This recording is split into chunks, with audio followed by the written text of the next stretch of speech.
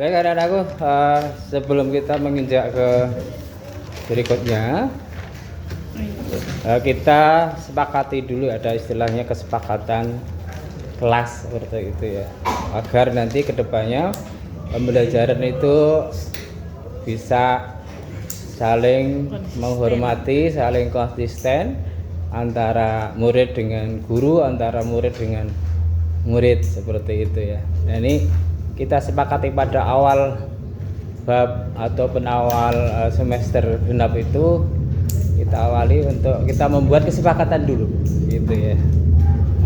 Fungsinya apa? Fungsinya itu tadi ya, agar nanti pembelajaran itu lebih terarah, lebih teratur sehingga harapannya tujuan pembelajaran bisa tercapai dengan baik.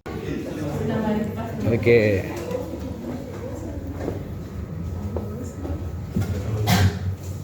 Silahkan berbagai hal bisa ditulis. Nanti kita kumpulkan di depan.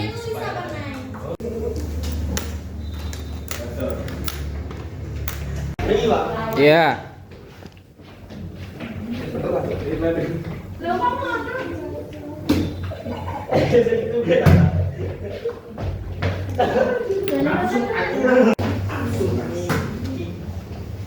Iya.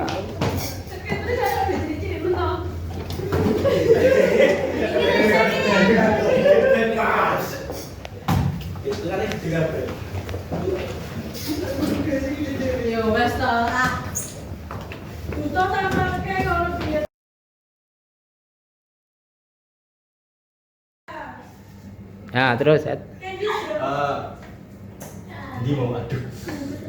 di kelas harus memperhatikan guru yang mengajar dan tidak kami sendiri. Sama Pak ini Pak.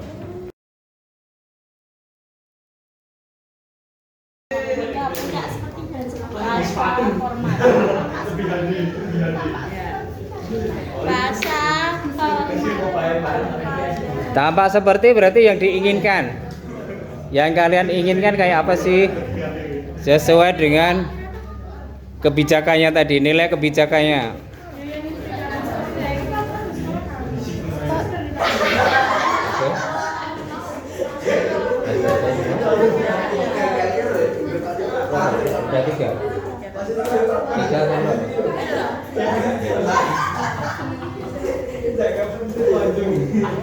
Sudah.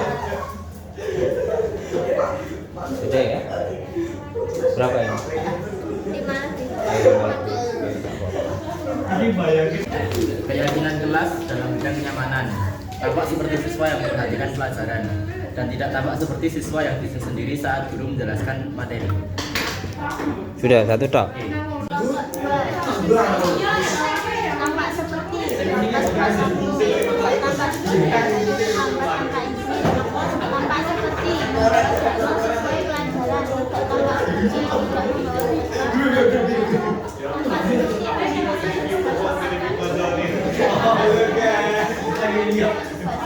Rasa hormat tampak sepertinya menghormati guru saat menerangkan, tidak tampak sepertinya berisik dan berbicara sendiri saat guru sedang menerangkan. Yang kedua, mengucapkan salam saat bertemu teman atau guru. Tidak tampak sepertinya acuh atau membuang muka saat bertemu teman dan guru.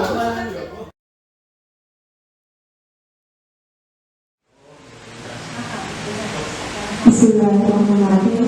Yang terhormat adalah Kepala Sekolah SMA 1 Surakarta Bapak Sumardi SPG, yang saya hormati Bapak Ibu Guru dan karyawan SMA 1 Surakarta yang berhadir pada kesempatan hari ini. Assalamualaikum warahmatullahi wabarakatuh. Alhamdulillahirrahmanirrahim. Wassalatu wassalamu ala asyrofil anbiya'i wal mursalin wa ala alihi wa sahbihi ajma'in. Amma ba'du. Puji syukur kehadirat Allah Subhanahu wa taala yang mana kita semua masih diberi kesempatan dan kelancaran pada pagi menjelang siang hari ini, sehingga kita semua bisa mengikuti kegiatan destinasi calon guru penggerak dengan judul budaya positif dalam keadaan sehat walafiat tanpa ada halangan satu apapun. Salam serta salam semoga dapat tercurahkan kepada sang revolusioner sejati Nabi Muhammad Sallallahu jalan gulita menuju alam yang terang benderang, yaitu adilul Islam wal iman. Selanjutnya izinkan saya untuk memperkenalkan diri. Saya di sini sebagai Master of Ceremony sekaligus moderator untuk memandu jalannya acara pada siang hari ini dari awal hingga selesai. Untuk mengawalinya, mari kita bersama-sama kita buka acara pada siang hari ini dengan bacaan bersama-sama. Bismillahirrahmanirrahim. Acara selanjutnya yaitu acara inti pemaparan mengenai budaya positif oleh Bapak Imam Mokhtarom, Sarjana Pendidikan. Sebelum itu, saya ingin berbicara sedikit mengenai penanganan murid bermasalah itu membutuhkan pendekatan yang khusus. Karena anak bermasalah bisa jadi kebutuhan dasarnya itu belum terpenuhi dengan baik, sehingga dilampiaskan dalam bentuk perilaku yang negatif. Sehingga para guru itu untuk mencari kebutuhan hidup dasar apa sih yang belum terpenuhi dari anak tersebut sehingga berbuat melanggar peraturan yang ada. Kemudian mencari solusi pemenuhan kebutuhan hidup serta memberi restitusi kepada murid agar dapat kembali pada kelompoknya dengan menyadari kesalahannya tanpa merasa rendah diri karena berdekat untuk lebih baik dan ke depannya. Berbicara mengenai murid bermasalah, Ibu Bapak Guru di sini saya hormati. Di lingkungan sekolah tentunya sebagai pendidik kita itu perlu mengupgrade cara, perlu mengupgrade ilmu, mengupgrade metode bagaimana sih mengatasi anak yang bermasalah, karena setiap zaman itu ada masanya, setiap masa ada orangnya, dan setiap zaman itu berbeda-beda. Kasusnya berbeda-beda. Mungkin ketika zaman saya kecil polanya itu permasalahannya itu cuma kayak bolos doang gitu, bukan cuma sih kayak bolos gitu. Cuma sekarang dengan berkembangnya IT mungkin kenakalannya lebih ekstra, kayak sudah berani berkata kasar ke guru atau dan lain sebagainya. Maka dari itu pentingnya kita untuk mengupdate ilmu bagaimana sih cara mengatasi itu semuanya. Dan pada kesempatan siang hari ini kita akan belajar mengenai budaya positif di sekolah, kebutuhan dasar manusia, dan keyakinan kelas, restitusi, dan bagaimana sih cara penerapannya. Sebelum itu, izinkan saya untuk membacakan kurikulum vitae dari si pemateri. Beliau bernama Bapak Imam Mokhtarom, Sarjana Pendidikan, dengan tempat lahir di Grobogan, tanggal 24 Februari tahun 1974. Beliau bertempat tinggal di Jalan Hamzah 9 nomor 6 di Gang Baru AT4 RW 7, Kupang, Kartosuros, Raja, Jawa Tengah. Pendidikan terakhir sarjana pendidikan MIPA Fisika FKIP UNS lulus tahun 1998, dan untuk saat ini pekerjaan beliau sebagai guru fisika SMA Islam Surakarta. Dan beliau insya Allah akan menjadi guru perkiraan angkatan 7. Nanti selama berjalannya acara ini, jika Bapak Ibu guru ada yang ingin ditanyakan dari pemaparan beliau, bisa ditulis dulu, nanti kita akan diskusikan di sesi tanya jawab. Tak usah berlama-lama, saya persilakan kepada Bapak Imam Mokhtarom, Sarjana Pendidikan. Monggo Bapak. Semangat pagi Bapak Ibu Guru. Semangat pagi. Hari boleh pagi, boleh siang, boleh sore, boleh malam, tetapi semangat tetap pagi gitu. Kalau saya teriak semangat pagi, jawabannya semangat, semangat, semangat. Yes, gitu ya. Semangatnya 3 kali, yes 1 kali. Siap? Siap. Oke. Semangat pagi Bapak Ibu Guru. Semangat, semangat, semangat. Yes. Ya, terima kasih.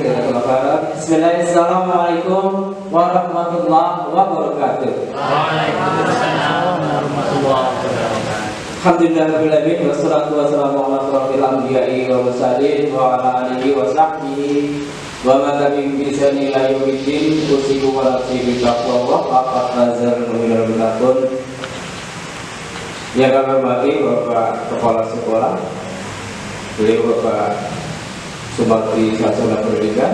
Yang kami hormati Bapak wakil kepala sekolah bidang kesiswaan, bidang sarwa,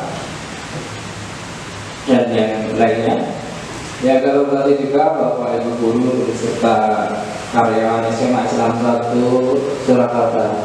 Alhamdulillah pada siang hari ini kita bisa bermuajahah bertatap muka di aula SMA Islam 1 Surakarta untuk menghadiri sebuah acara, yaitu kegiatan diseminasi calon guru penggerak.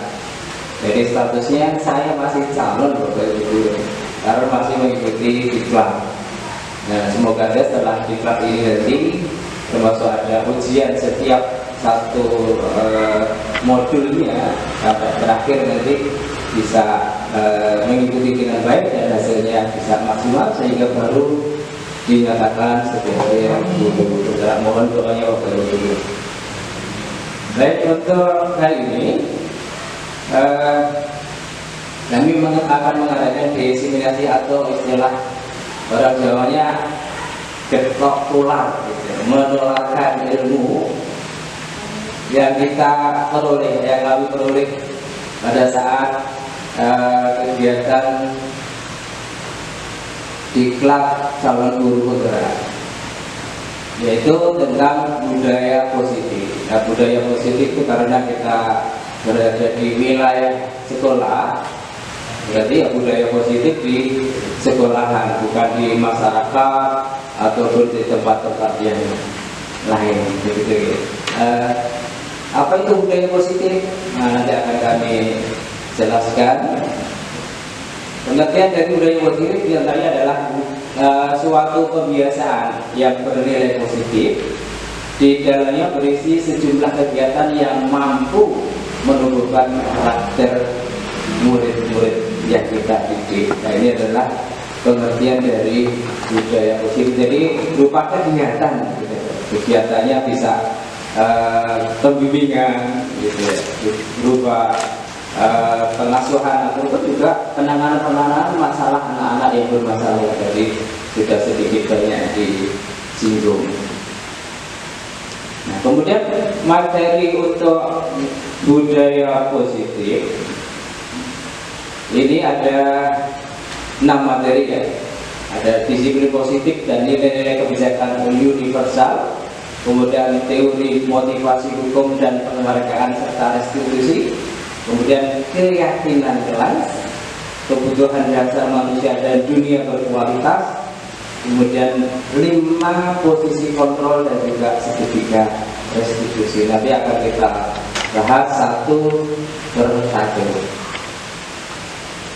sehingga waktunya kurang lebih 1 jam sebagaimana yang disampaikan oleh Bapak Kepala Sekolah tadi.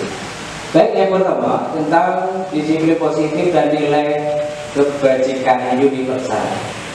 Nah, kalau kita mendengar kata disiplin, biasanya bermakna tentang ketertiban, tentang keteraturan, tentang hukuman, seperti itu. Peraturan atau kepatuhan terhadap peraturan yang sudah kita gariskan. Kalau kita berada di ranah sekolahan, berarti peraturan sekolah. Kalau kita seorang guru, berarti berkaitan dengan guru. Kata disiplin juga sering dihubungkan dengan hukuman, padahal sesungguhnya berbeda antara disiplin serta hukuman. Karena belajar tentang disiplin positif tidak harus dengan memberi hukuman. Justru itu adalah salah satu alternatif terakhir kalau perlu tidak digunakan sama sekali tentang hukuman kepada anak-anak kita. Gitu ya Bapak Ibu. Jadi hukuman jangan di nomor 1 kan. Itu malah alternatif terakhir. Kemudian seorang ahli pendidikan dari negara barat yang bernama Diana Gossen, dalam salah satu buku yang berjudul Restructuring School Discipline, dia mengatakan bahwa disiplin berasal dari bahasa Latin disiplina, yang artinya belajar. Makna disiplin belajar pada awalnya. Kata disiplin juga berasal dari akar kata yang sama dengan disiplin atau murid, artinya murid atau pengikut. Jadi adalah padan kata dari kata disiplin. Untuk menjadi seorang murid atau pengikut, seseorang harus paham betul alasan mereka mengikuti suatu aliran atau guru atau ajaran tertentu. Jadi sehingga motivasi yang terbangun setelah mengetahui baik buruknya guru atau ajaran, lakukan hal-hal yang lebih baik, terutama dalam menerima ajaran-ajaran dari guru ataupun aliran-aliran tersebut. Jadi asal katanya disiplin justru malah seperti itu kan, Bapak Ibu guru. Nah, kemudian pendapat dari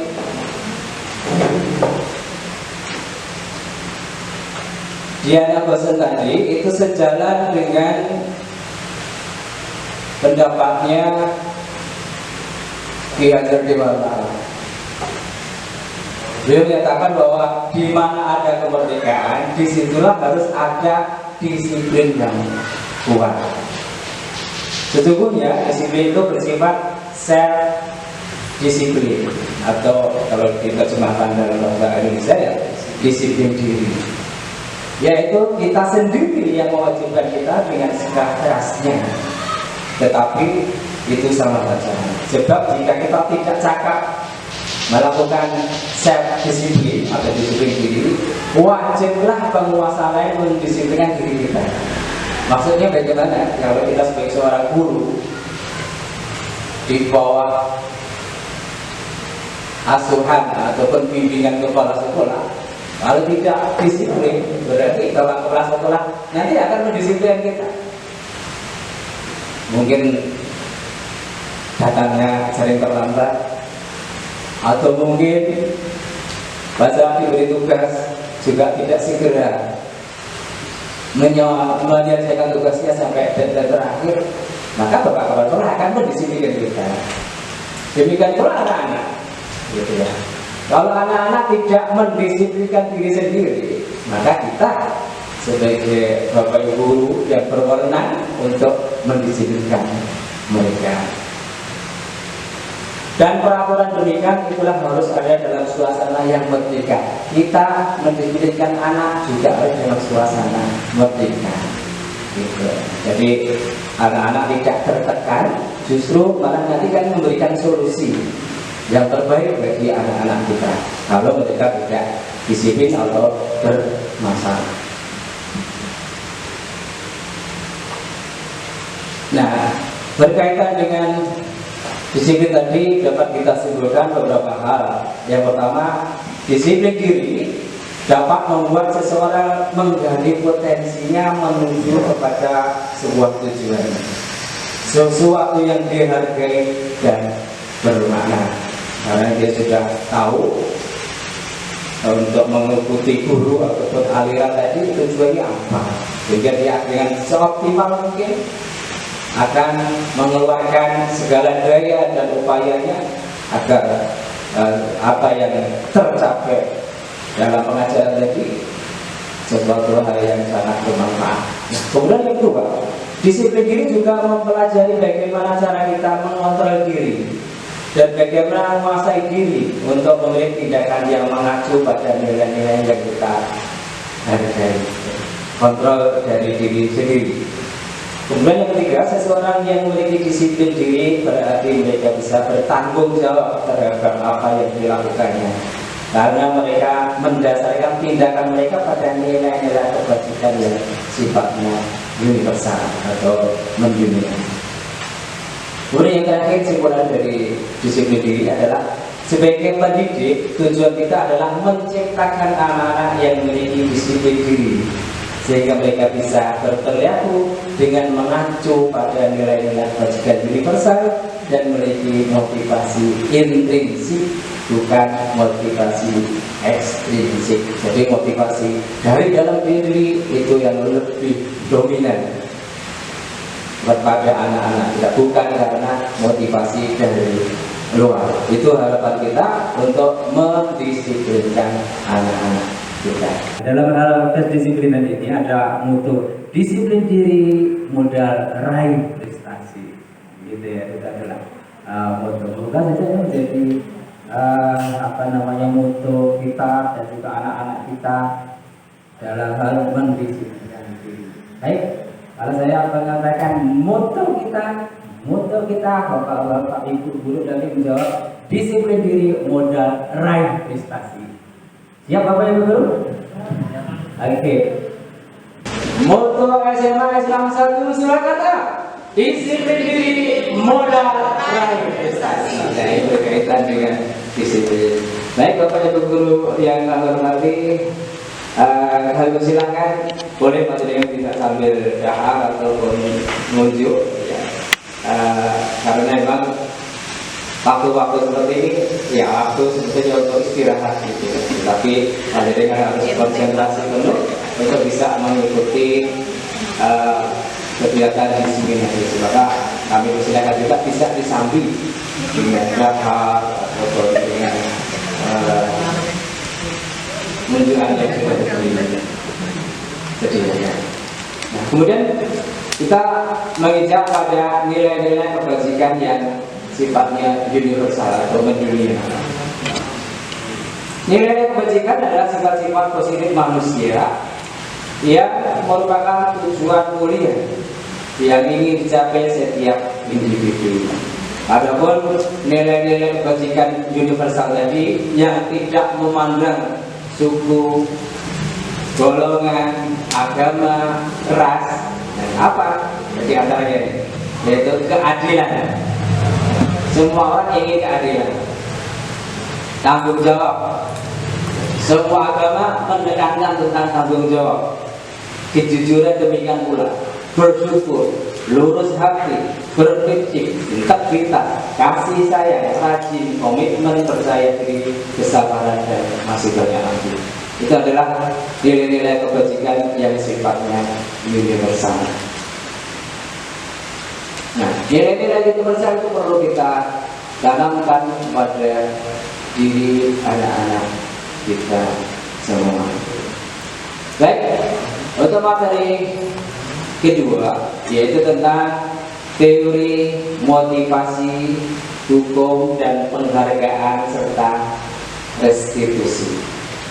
Menurut Daniel Gossip, ada 3 motivasi perilaku manusia.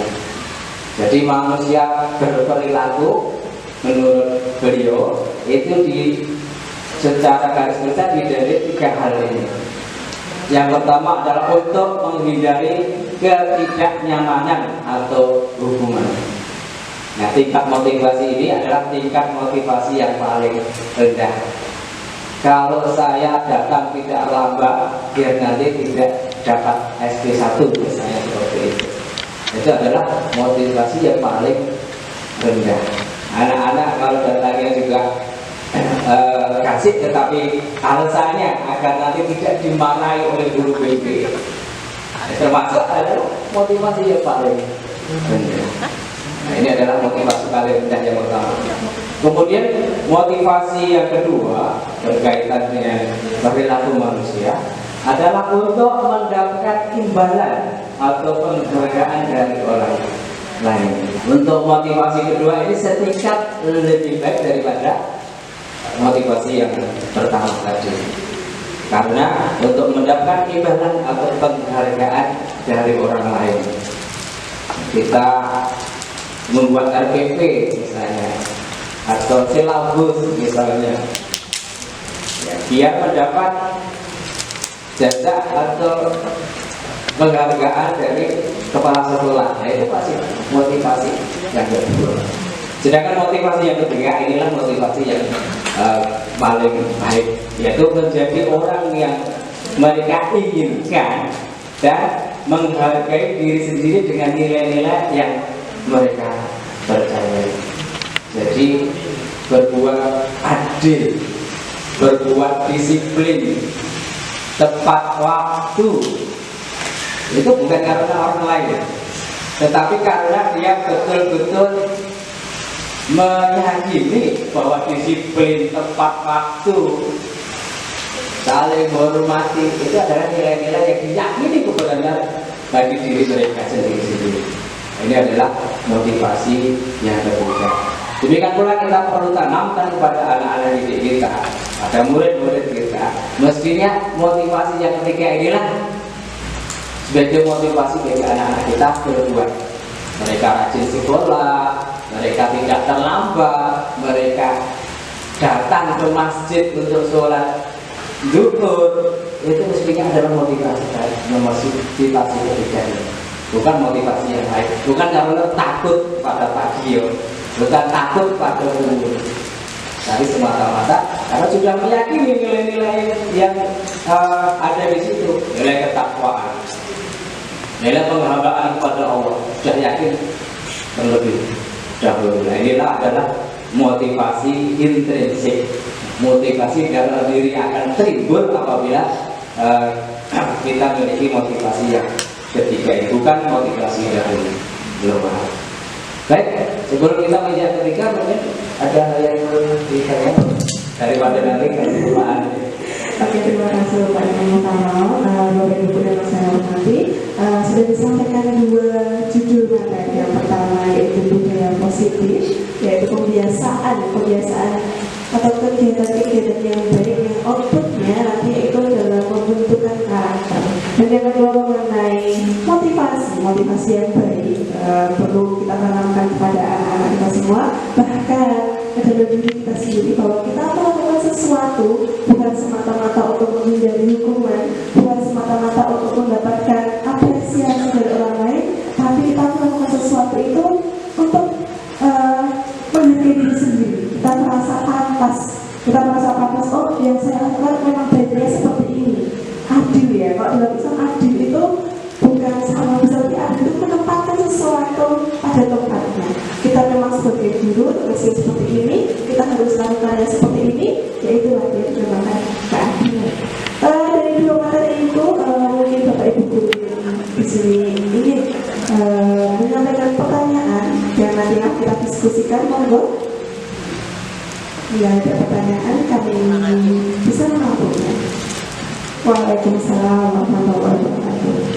Saya Pak Anu menanyakan bagaimana apabila dalam satu lembaga atau institusi itu semuanya tidak disiplin, bagaimana mengatasinya? Cukup menarik ini Bapak Imam. Terima kasih Bapak Anu untuk pertanyaannya. Mungkin bisa saya ulangi Bapak Imam. Pertanyaan dari beliau bahwasanya bagaimana dalam satu lembaga atau satu instansi itu, satu pekerjaan itu semuanya tuh disiplinnya tuh minus gitu. Bagaimana ini Pak caranya? Monggo silakan Pak Imam. Oke, terima kasih Pak Binarno atas pertanyaannya. Untuk langkah penanganan masalah ini, itu tadi perlu adanya istilahnya saling curah pendapat ataupun berkaitan dengan ini tentang kedisiplinan. Terutama tentunya kita tujukan ke hal-hal yang nomor 3. Jadi motivasinya, tracingnya kita perlu pertegas yang nomor 3 ini. Jadi kita tumbuhkan motivasi internal atau intrinsik yang perlu kita lakukan bersama dalam bentuk misalnya juga tidak harus dalam volume yang formal, bisa dalam bentuk yang informal pada saat jagongan atau pada saat jajan di tempat yang lain. Jadi banyak kita singgung masalah itu. Jadi pada saat santai gitu, mungkin di kafe atau di mana, atau di tempat bakso, bisa kita singgung masalah ini, sehingga pada saat santai seperti itu kadang-kadang ide-ide ataupun perasaan bisa tersentuh. Nah itu perlu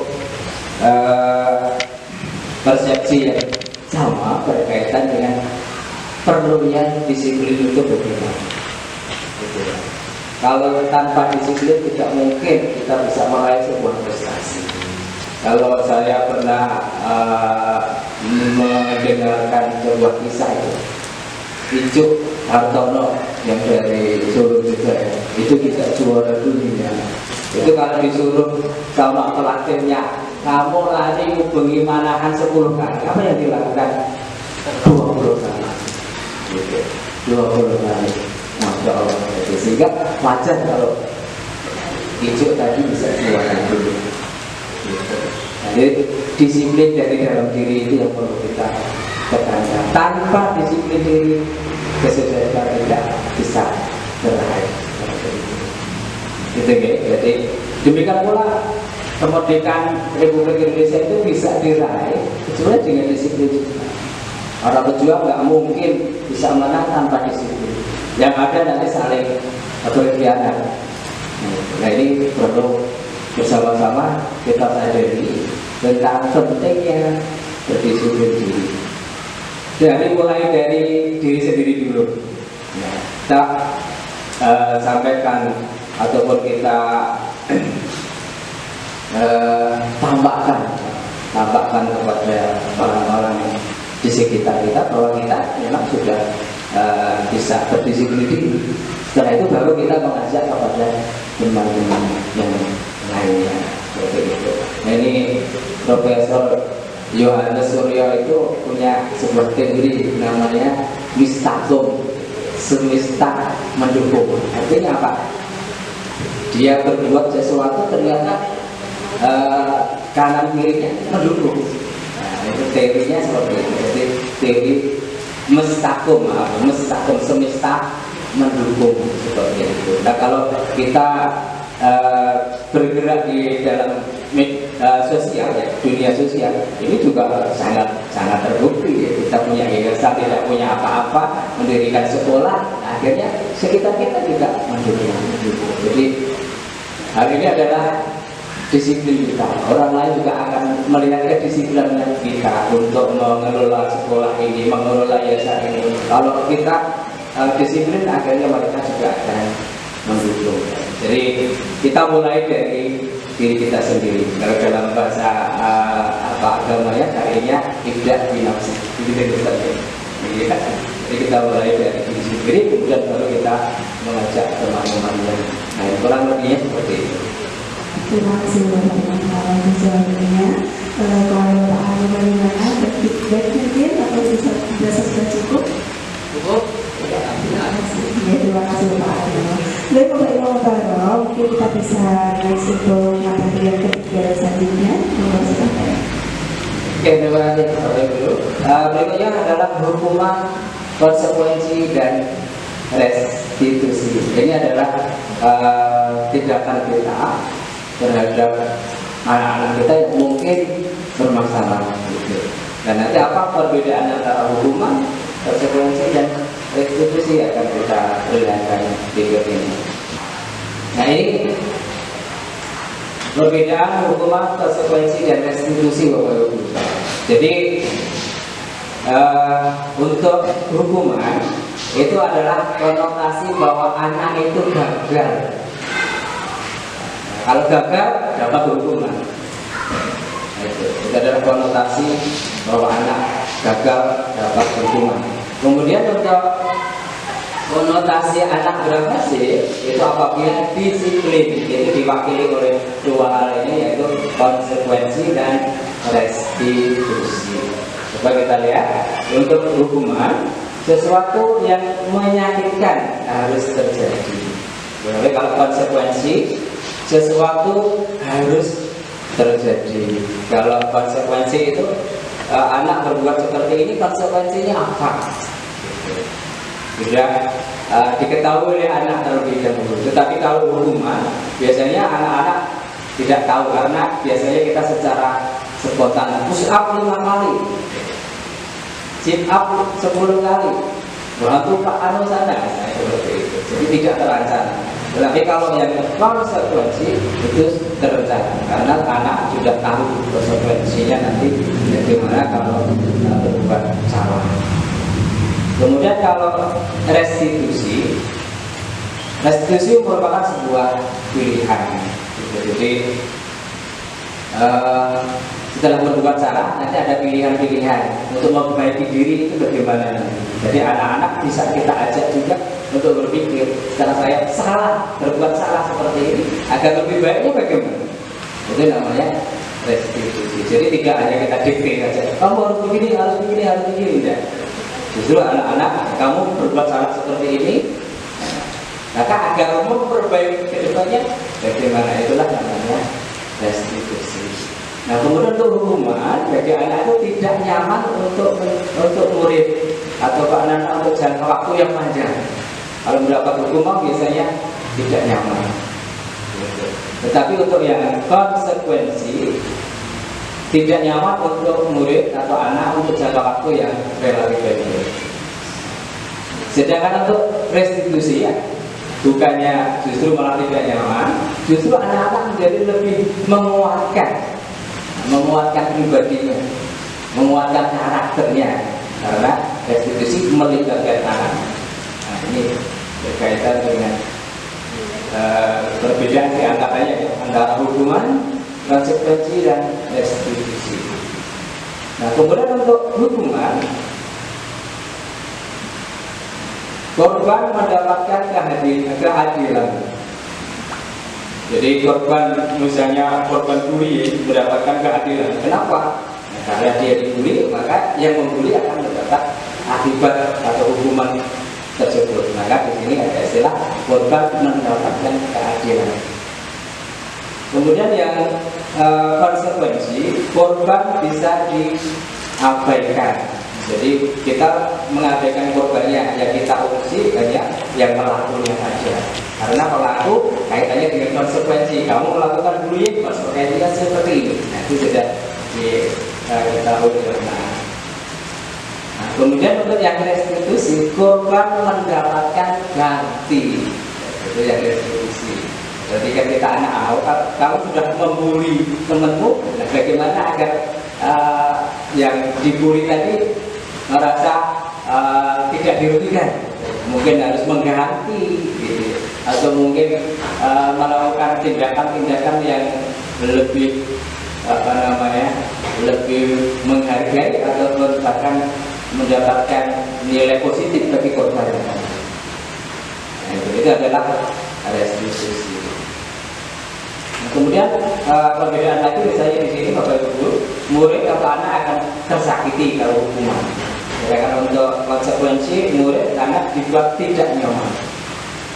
Jadi tidak nyaman, gitu. Karena mendapat konsekuensi. Misalnya kalau ngobrol, konsekuensinya apa? Ngobrol saat pelajaran, konsekuensinya dia harus tinggal di kelas pada saat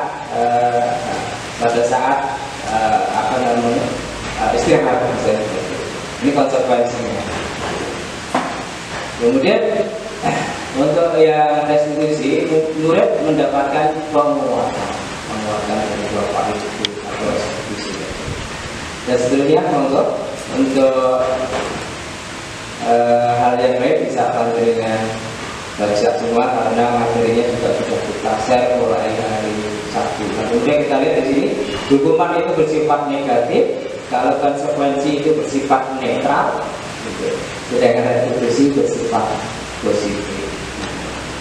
Ini adalah perbedaan. Untuk perbedaannya, untuk hukuman adalah mendorong menyalahkan diri sendiri. Jadi anak-anak setelah dapat hukuman dia menyalahkan awalnya dulu. Tetapi untuk yang konsekuensi, maka mendorong pada kepatuhan. Sedangkan restitusi mendorong disiplinnya. Ini adalah perbedaan antara hukuman, konsekuensi dan restitusi. Nanti bisa baca lebih mendalam. Nah, kemudian kesimpulan tentang hukuman, konsekuensi dan restitusi. Hukuman bersifat tidak terencana atau tiba-tiba. Anak tidak tahu yang terjadi, tidak dilibatkan, bersifat satu arah, hanya pemukul yaitu guru, tidak melalui kesepakatan tanpa pengarahan sebelum dan setelahnya berupa fisik ataupun psikis. Jadi ini adalah hukuman. Bisa memukul, atau juga bisa berupa kata-kata. Itu yang justru kadang-kadang malah menyakitkan bagi anak. Itulah bentuk dari hukuman. Kemudian konsekuensi sudah terencana dan disepakati, sudah dibahas dan disetujui oleh murid dan guru. Murid tetap dibuat tidak nyaman untuk jangka waktu pendek. Biasanya diberikan berdasarkan data yang dapat diukur. Poinnya kamu sudah dapat berapa? Gitu. Misalnya poinnya sudah 10, 20. Setelah itu kan mestinya ada konsekuensinya. Mungkin ada SP1, SP2. Kalau berat, poinnya sudah maksimal bisa dikeluarkan. Itu adalah konsekuensi. Jadi apa yang kita laksanakan di sekolah sebetulnya adalah yang sudah masuk yang konsekuensi. Cuma kadang-kadang kita juga melakukan hukuman kepada anak-anak kita, baik itu secara fisik maupun psikis. Kemudian yang restitusi merupakan proses menciptakan kondisi murid memperbaiki kesalahan sehingga kembali pada kelompok yang karakter yang lebih kuat. Restitusi juga proses kolaboratif yang mengajarkan murid untuk mencari solusi masalah mereka dan membantu berpikir tentang orang seperti apa yang mereka inginkan dan bagaimana mereka harus memperlakukan orang lain. Jadi setelah mengalami tahapan restitusi, anak-anak itu tidak menjadi down karena pernah melaksanakan atau melakukan kesalahan, tetapi justru anak-anak menjadi semangat. Saya harus lebih baik. Saya harus lebih baik. Saya harus mengganti apa yang pernah saya laksanakan, kesalahan-kesalahan yang kemarin. Bapak Ibu guru yang kami hormati, saya teringat dengan kisahnya sahabat ya, Ka'ab bin Umar yang tidak berangkat di perang Tabuk. Perang Tabuk, karena perang Tabuk itu jaraknya sangat jauh ya, menghadapi tentara Romawi. Pada waktu sudah musim kemarau juga dan musim panen, kita lagi panen. Kalau tidak dipanen bosok, gitu, busuknya. Tapi Ka'ab bin Umar yang teman-temannya sudah mempersiapkan pelana kudanya, senjatanya, perisainya dan seterusnya, dia malah enak-enak ya, musik-musik. Nah, pada saat tentara Israel sudah mulai berangkat ke Tabuk, dia belum siap sama sekali. Padahal persiapan untuk pulang tidak mungkin 1-2 hari gitu. Untuk amunisi yang banyak juga. Apa yang terjadi tertinggal? Tidak mungkin dia menyusul lagi tentara musuh. Nah, setelah Rasulullah kembali ke Madinah, nah beliau ditanya, kamu kok tidak mengikuti perang Tabuk, kenapa? Kalau dia berbohong, biasa aja. Tapi dia yakin kalau saya berbohong, Rasulullah akan tahu kalau saya berbohong. Akhirnya apa yang terjadi Bapak Ibu? Yang terjadi atas wahyu dari Allah, dia diboikot selama 40 hari 40 malam. Teman-temannya, tetangganya nggak boleh ngomong sama dia. Jauh. Dan semuanya Bapak Ibu, sahabat yang lain juga taat dengan hukuman yang harus disampaikan, harus dijalani berkata. Jadi, Masya Allah. Bahkan hukuman yang menjelang berakhirnya apa Bapak Ibu? Disuruh memisahkan istrinya disuruh pulang dulu ke orang tuanya. Gitu. Nah, setelah menjalani hukuman kurang lebih 40 hari, kemudian turun wahyu bahwa Allah sudah menerima tobatnya. Masya Allah. Akhirnya apa yang terjadi? Maka sahabat berbondong-bondong memberikan selamat kepada beliau. Berikan selamat kepada beliau. Masya Allah. Ikhlas menerima hukuman dari Allah, dari Rasulullah. Tapi akibatnya Masya Allah, tidak merasa rendah diri. Dan para sahabat juga tidak merendahkan beliau. Saya pikir ini adalah salah satu contoh dari restitusi tadi. Dan kalau juga tidak menyalahkan terus enggak juga. Jadi kalau menurut pemahaman saya adalah salah satu contoh dari restitusi itu pada sahabat Ka'ab. Oke, Bapak Ibu Guru yang saya hormati, berikutnya dihukum oleh penghargaan. Bapak Ibu Guru, kalau kita ingin memotivasi anak-anak kita, murid-murid kita agar berbuat baik, mungkin sering kita memberikan hadiah, sekedar mungkin permen atau uang 1.000, 2.000 dan seterusnya, atau mungkin juga kita nanti tak jajaki pada anak-anak. Nah ternyata ada istilah dihukum oleh penghargaan. Ini menurut Al-Fiqhan, saat kita berulang kali menjanjikan hadiah kepada anak-anak agar berperilaku bertanggung jawab, atau kepada seorang murid agar mempelajari sesuatu yang baru, atau kepada seorang karyawan agar melakukan pekerjaan yang berkualitas, kita sedang berasumsi mereka tidak dapat melakukannya. Jadi pada saat kita ngasih janji-janji hadiah, sebetulnya kita tidak yakin kamu akan bisa menyelesaikan tugas ini, atau mereka tidak akan memilih untuk melakukannya. Nah, ini adalah satu yang disampaikan oleh Al-Fiqhan. Bapak Ibu Guru yang saya hormati, memang pendapat-pendapat ini ada juga dari orang luar, dari Arab, tetapi namanya hikmah. Justru orang Muslim lah ya lebih berhak untuk mendapatkan hikmah. Artinya biarpun itu adalah pendapat dari orang Arab yang notabene adalah non Muslim, asalkan di situ ada kebenaran harus kita terima apa saja. Demikian pula ini. Jika kita lihat kenapa kok memberikan penghargaan ini malah justru kita mendapatkan istilahnya dihukum.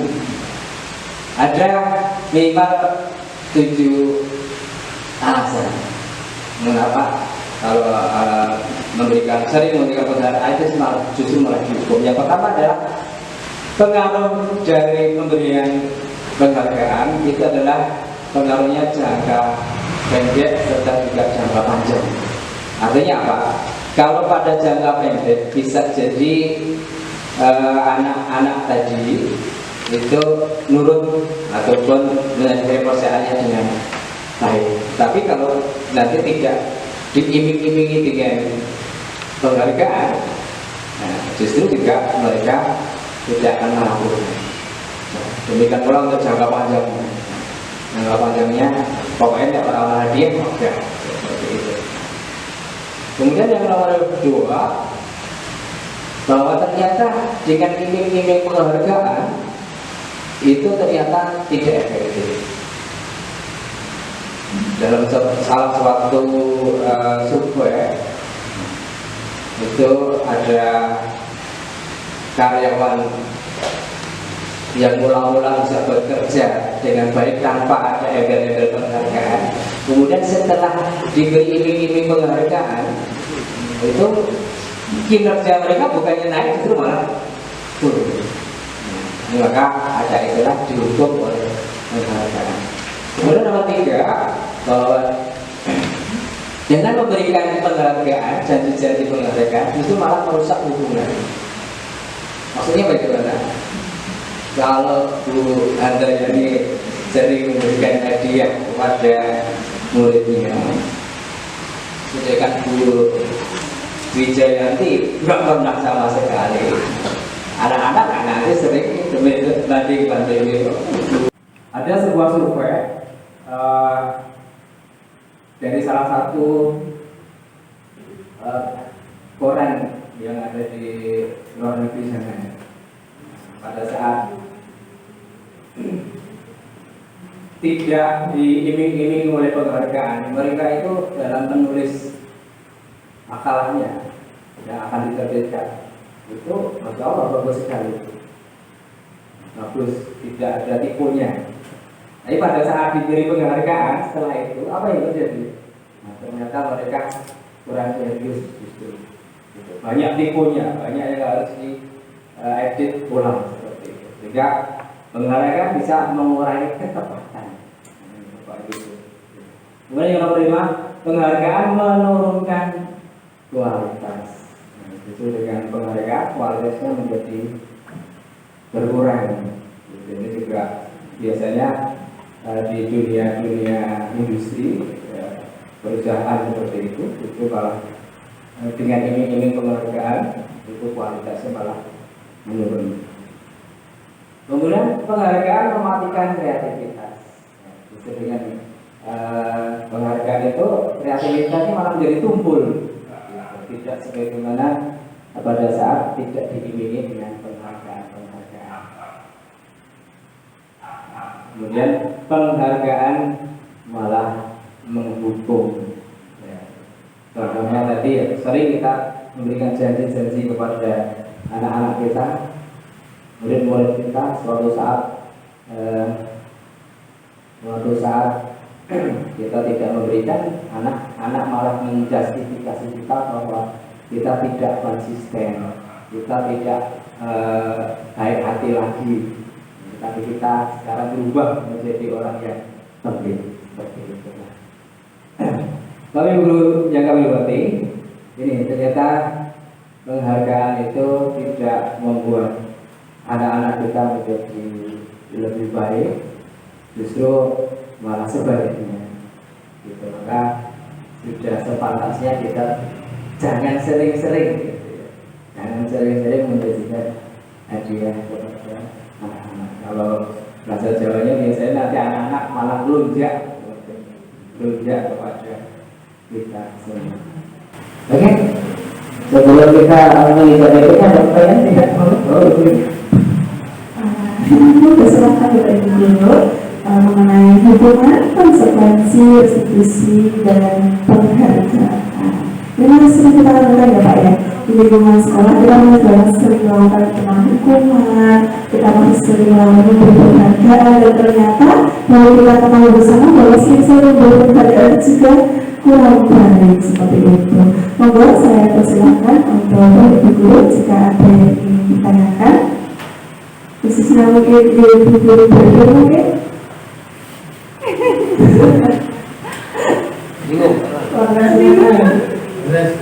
Oh iya, silakan. Perkenalkan, nama saya Tia Dani. Saya mengajar bahasa Indonesia.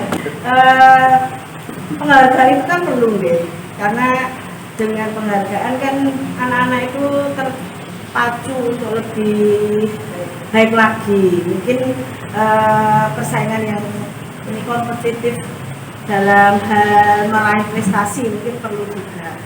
Nah, penghargaan yang bagaimana yang baik untuk kita sebagai pengajar dan untuk anak-anak supaya penghargaan yang tidak baik itu kita bisa artinya kita milih penghargaan tapi yang nanti untuk kedepannya itu bisa lebih baik. Terima kasih. Cara memberi penghargaan yang dinilai lebih efisien itu seperti apa? Terima kasih. Ya, terima kasih. Baik, Bu Triandaya, saya pengorbanan atas pertanyaannya. Tadi sudah saya sampaikan, jangan sering-sering menjanjikan hadiah kepada anak-anak kita. Gitu. Karena tadi konsekuensinya ternyata begitu ya, tidak menurunkan beberapa hal lagi. Nah kemudian untuk penghargaan yang bisa kita berikan secara periode, misalnya kalau ranking 1 dari akademiknya itu juga tidak masalah, tidak masalah. Demikian pula kalau anak-anak misalnya mendapatkan kejuaraan, mungkin lomba taekwondo atau lomba baris berbaris, mendapatkan hadiah, boleh kita beri hadiah juga dari pihak sekolah seperti itu ya. Tapi yang perlu kita tanamkan kepada anak-anak, motivasinya waktu itu ya.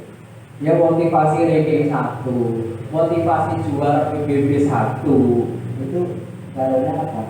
Karena motivasi intrinsik dari dalam diri sendiri. Karena memang saya ingin menjadi orang yang paling baik. Saya ingin menjadi orang yang paling bermanfaat bagi sekitarnya. Barunas akalun minnas. Jadi sebaik-baiknya manusia adalah yang paling berguna bagi manusia yang lain. Jadi motivasi intrinsiknya itu yang harus kita bangun. Bukan karena ya biar nanti kalau juara ini biar dapat uang, setiap tahun dapat uang, tidak seperti itu. Kalau motivasinya sudah intrinsik seperti itu, ya tadi sudah, itu berarti motivasi ekstrinsik, dan biasanya ekstrinsik itu tidak akan bertahan lama. Gitu. Makanya bagaimana kita bisa membangun motivasi intrinsik dalam diri anak tadi, bahwa kita berbuat itu semata-mata Allah, gitu. Semata-mata hanya mencapai ridho Allah, gitu. Jadi inilah yang perlu kita tanamkan kepada anak-anak didik kita, karena kita adalah di yayasan Islam seperti itu. Dan itu jadi motivasinya Allah, keridhaan Allah. Ya, kita mencapai ridho Allah, kita sergap, kita disiplin, kita menghormati bapak ibu guru karena mencapai ridho Allah. Itulah motivasi intrinsik, dan insya Allah akan bertahan lebih lama. Begitu Ibu Adrian. Kalau cara menanamkan anak seperti itu ya, berkaitan dengan tadi motivasi intrinsik. Ada kasus yang pernah saya lihat di sekolah kita. Anak itu punya motivasi intrinsik yang kuat, dia datang pagi. Ternyata motivasi intrinsik itu dipengaruhi juga oleh motivasi ekstrinsik, karena dia pengen datang pagi itu pengen bertemu dengan si dia pagi-pagi. Nah itu kadang-kadang dengan motivasi intrinsik tapi pelanggaran. Benar, dia memang betul sekali, itu banget. Ya, saya kan pernah absen pagi ya, karena saya tidak jam pertama, saya kadang-kadang nyelaknya absen dulu, terus nanti saya sarapan dari sini. Pernah jam 6 kurang itu datang. Nah, saya tanya juga, loh, sebetulnya dia salah satu intrinsik itu kan dia memang keinginan sendiri, pengen datang menemui seseorang itu, dan satu yang dia intrinsik tapi menghindari pekerjaan rumah. Nah, itu semuanya dia intrinsik punya pelanggaran juga. Nah, itu bagaimana itu Pak? Ini yang terjadi di lingkungan kita. Iya, iya. Kalau seperti itu berarti kasusnya, berarti ekstrinsiknya masih lebih dominan daripada intrinsiknya, gitu ya. Nah, maka sekali lagi, ya bagaimana kita bisa menerapkan justru yang intrinsiknya lebih dominan daripada ekstrinsik. Bahkan kalau kita beribadah pun betul-betul harus memurnikan. Kalau kita minta kepada Allah, jangan sampai sholat itu sholat itu karena biar nanti seseorang yang buat orang yang sulit dan sebagainya, gitu ya.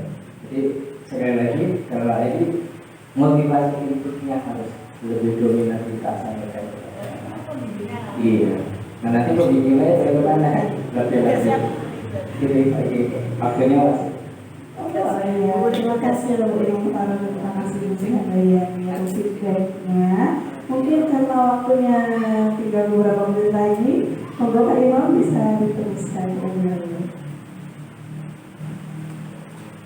Baik Bapak Ibu Guru, materi yang keempat yaitu keyakinan kelas, gitu. Nah, apa itu keyakinan kelas? Nah, di sini keyakinan adalah nilai-nilai kebajikan universal yang disepakati secara tersirat dan tersurat, lepas dari latar belakang suku, agama, bahasa maupun agama. Gitu. Jadi ini adalah istilahnya keyakinan. Nah, Bapak Ibu Guru, yang perlu kita tekankan nanti keyakinan, bukan peraturannya. Gitu.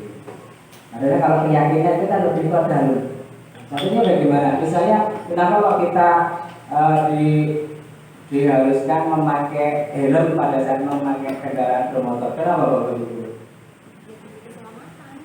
Supaya selamat. Nah, selamat itulah yang namanya keyakinan. Lalu kemarin pada waktu ada pandemi, kita pakai masker. Kenapa Bapak Ibu? supaya sehat, nah, gitu ya. Tidak betul atau sehat, itulah keyakinan. Jadi lebih mendalam, lebih ke dalam diri kita berkaitan dengan keyakinan. Nah, kita ingin anak-anak nanti memiliki keyakinan seperti itu, bukan karena adanya tata tertib, bukan karena itu, gitu, atau peraturan seperti itu. Sehingga istilahnya di sini adalah keyakinan. Nah, kita ingin nanti kita terutama di SMA Islam Surakarta setiap kelas itu memiliki keyakinan kelas sendiri-sendiri. Bisa jadi nanti ada perbedaan. Yang satu mungkin saling menghormati, yang kedua mungkin saling membuat nyaman dan seterusnya. Tapi kelas lain bisa aja. Nah, nanti tugas Bapak Ibu guru wali kelas terutama silakan nanti bisa membuat keyakinan kelas. Kalau sudah ada keyakinan kelas, nanti kita jadikan satu, kita pilih-pilih yang sama apa, jadilah menjadi keyakinan sekolah, gitu ya. Nah, kemudian untuk langkah-langkah pembentukan keyakinan kelas atau sekolah seperti ini ya Bapak Ibu, ada 7. Bahwa keyakinan kelas bersifat abstrak daripada peraturan yang lebih rinci dan konkret. Nanti akan kita sampaikan untuk contohnya. Keyakinan kelas berupa pernyataan-pernyataan universal. Pernyataan keyakinan kelas senantiasa dibuat dalam bentuk positif. Keyakinan kelas hendaknya tidak terlalu banyak sehingga mudah diingat dan dipahami oleh semua warga kelas dan seterusnya. Nanti bisa kita lihat contoh-contohnya. Ini adalah pertanyaan-pertanyaan yang berkaitan dengan awal-awal pembentukan keyakinan kelas. Nah, ini Bapak Ibu, contoh-contoh keyakinan kelas Bapak Ibu guru. Yang pertama, setiap anggota kelas perlu belajar. Setiap anggota kelas perlu senang. Setiap anggota kelas perlu melakukan tugas. Setiap anggota kelas perlu saling menghargai. Setiap anggota kelas perlu merasa aman. Tapi ada yang cuma ini, hormat. Kami meyakini bahwa anggota sangat penting untuk menghormati semua orang yang dan barang milik orang lain. Bekerja, kami meyakini bahwa sangat penting untuk mengerjakan segala pekerjaan diterima dan dimiliki. Kami meyakini bahwa sangat penting untuk merasa diterima. Jadi ada memang bentuk-bentuk yang berbeda-beda. Tidak masalah, tidak masalah. Substansinya adalah kebijakan-kebijakan yang besar yang sudah. Nah, ini adalah kegiatan pendalaman keyakinan kelas. Kalau tadi kan cuma ada sekedar misalnya hormat, titik-titik, bekerja, titik-titik, rasa diterima dan memiliki titik-titik. Nah, ini agak diperlebar lagi, yaitu dengan istilahnya tampak seperti, tidak tampak seperti, gitu Bapak-bapak. Jadi misalnya hormat, tampak seperti, datang tepat waktu, itu berarti menghormati. Menghormati siapa? Menghormati Bapak Ibu guru, menghormati temannya juga. Sedangkan dengan tidak tampak seperti, sering hadir terlambat. Berarti kebalikan dari yang tampak seperti. Jadi yang tidak kita inginkan itulah yang tidak tampak seperti. Gitu. Kemudian menyapa teman dan guru setiap hari, itu yang tampak seperti. Yang tidak tampak sepertinya tak acuh kepada teman dan guru dan seterusnya. Jadi kalau yang keyakinan yang bekerja nanti bisa dibuat juga seperti ini. Ada tampak seperti, tidak tampak seperti ini. Kalau yang bekerja misalnya tekun bekerja dan menyimak guru dan tidak tampak seperti, tidak mendengarkan guru dan acuh tak acuh. Ini yang tampak seperti dan tidak tampak seperti atau tambah T. Ada juga yang pakai tabel Y, Bapak Ibu, seperti ini. Terdengar, terlihat, berperilaku. Jadi terdengar bagaimana? Saya orang berbicara. Yuk, saya bantu. Kita bisa merasakan ini bersama. Terima, tolong ya, permisi, boleh saya pinjam dan sebagainya. Itu terdengar seperti itu. Kalau terlihat, berempati terhadap perasaan orang lain dan sebagainya. Jadi bentuknya bisa tambah T, tampak seperti, tidak tampak seperti, atau bisa juga dalam bentuk ini Y, tabel Y, terlihat berperilaku. Anda sama dulu.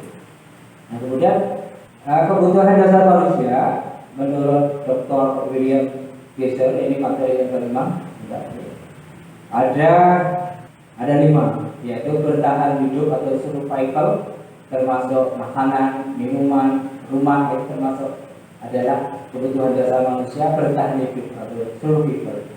Kemudian yang kedua adalah kasih sayang dan rasa diterima atau love and belonging. Ini adalah kebutuhan dasar manusia, ya, termasuk berumah tangga, itu adalah masuk ya ini yang kebutuhan nomor 2, diakui. Ya. Nah, kemudian yang ketiga adalah penguasaan atau power. Gitu. Jadi kebutuhan yang ini termasuk ini diakui kecakapannya, itu termasuk yang kebutuhan dasar manusia yang nomor 3, yaitu penguasaan. Diakui skillnya, dia mampu, diakui. Kemudian yang nomor 4, kebutuhan dasar manusia adalah kebebasan atau freedom.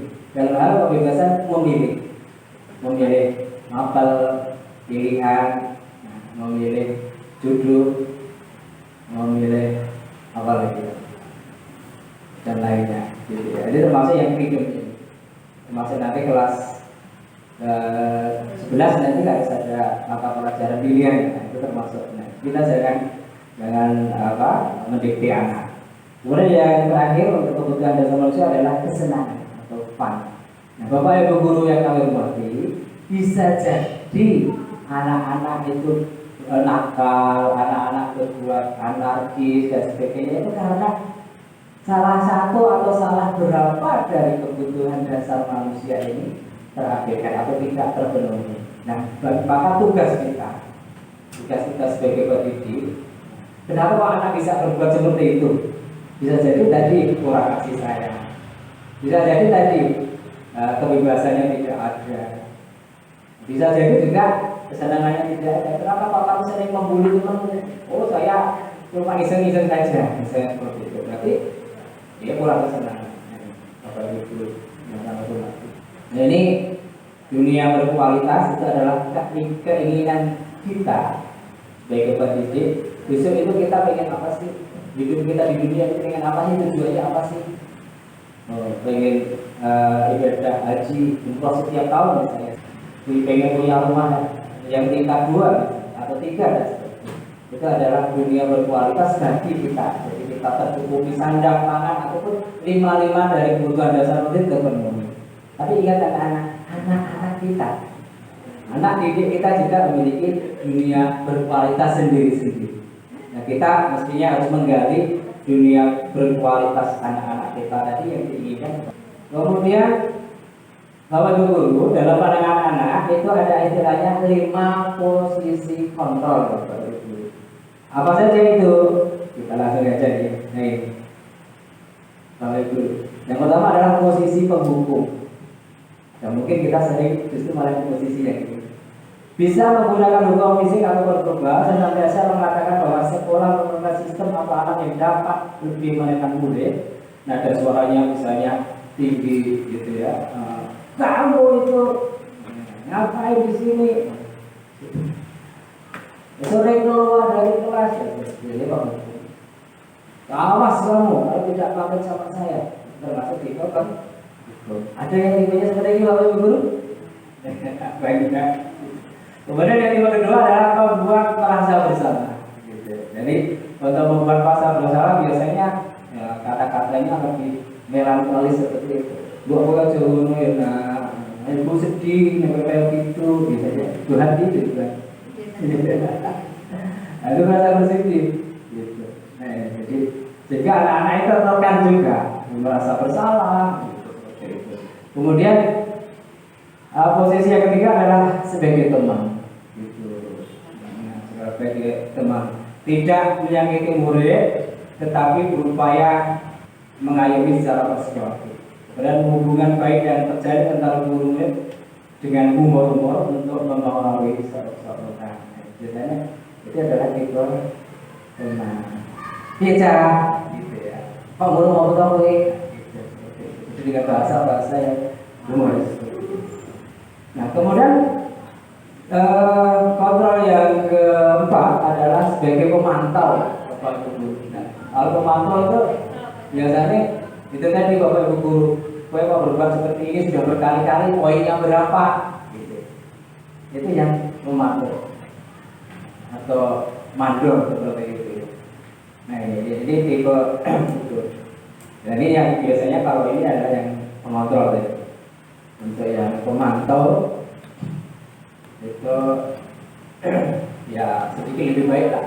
Jadi dia menegakkan aturan yang sudah ditepati bersama. Kemudian yang paling baik Bapak Ibu guru adalah posisi kelima, yaitu sebagai manajer. Jadi posisi guru manajer berbuat bersama murid, mempersilahkan murid mempertanggungjawabkan perilakunya, mendukung agar menemukan solusi atau permasalahan sendirinya. Murid diajak untuk menganalisis kebutuhan sendiri, kemudian guru akan mengembalikan tanggung jawab pada murid untuk mencari jalan keluar permasalahan tertentu.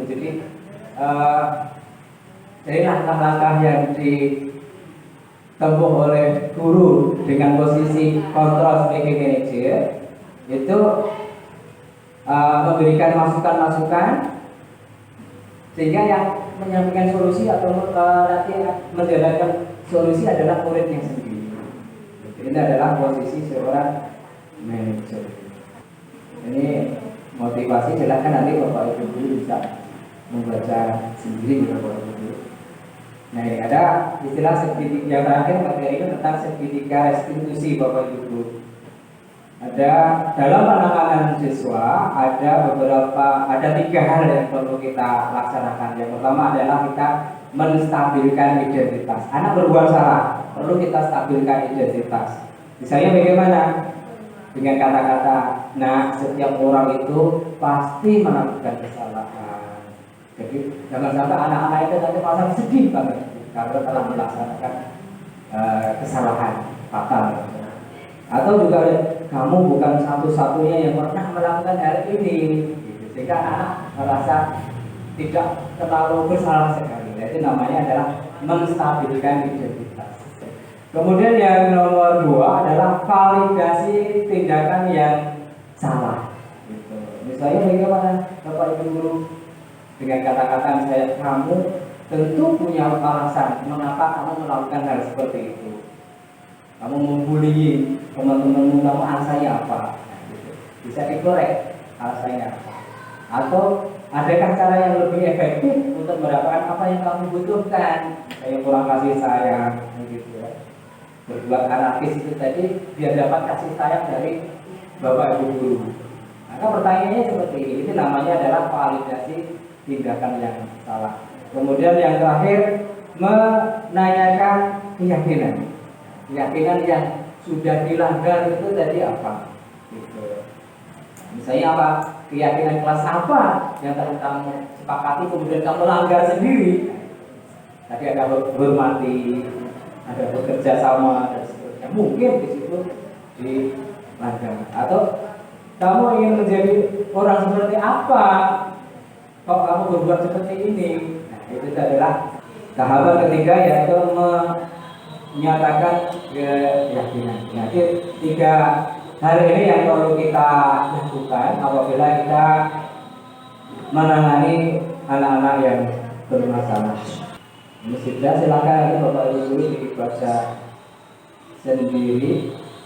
Nah, ini juga contoh-contoh penerapan segitiga institusi Bapak Ibu guru, silakan nanti diwawas ya. Ini saya sudah praktek untuk mencoba untuk membuat keyakinan kelas ini di kelas 11 IPA. Ini sebenarnya ada videonya waktu itu, cuma draft keyakinannya ada 5 nyaman, hormat, disiplin, pelayanan prima. Biasanya anak-anak itu ini mengingat fasilitas belajar yang lebih baik, AC-nya ditambah, kipas anginnya ditambah dan seterusnya. Itu kaitannya dengan pelajaran yang terima itu. Nah, yang perlu ditekankan Bapak Ibu guru bahwa keyakinan kelas itu mengikat semuanya, tidak hanya guru kepada murid, tetapi juga murid kepada murid, murid kepada guru juga, guru kepada murid juga. Jadi timbal balik seperti itu Bapak Ibu guru. Nah, ini yang tampak seperti dan tidak tampak seperti hormat, disiplin, layak terima, spiritual boosting, peningkatan spiritual. Baik, demikian. Terima kasih kepada yang Bapak. Jazakumullah khairan. Izinkan saya menyimpulkan materi yang telah disampaikan beliau pada hari ini. Intinya kita sebagai pendidik bisa memperlakukan restitusi atau sertifikat restitusi untuk mendapatkan pelayanan dan penanganan yang lebih tepat dan tentunya lebih baik kepada peserta tidak mungkin mengalami sedikit permasalahan seperti itu Bapak. Terima kasih Bapak Ibu guru yang telah hadir. Saya ucapkan banyak-banyak terima kasih karena sudah menyempatkan waktunya hadir pada sore hari ini. Saya selaku moderator bila ada salah kata mohon maaf. Wabillahi taufiq wal hidayah. Wassalamualaikum warahmatullahi wabarakatuh. Bismillahirrahmanirrahim. Assalamualaikum warahmatullahi wabarakatuh.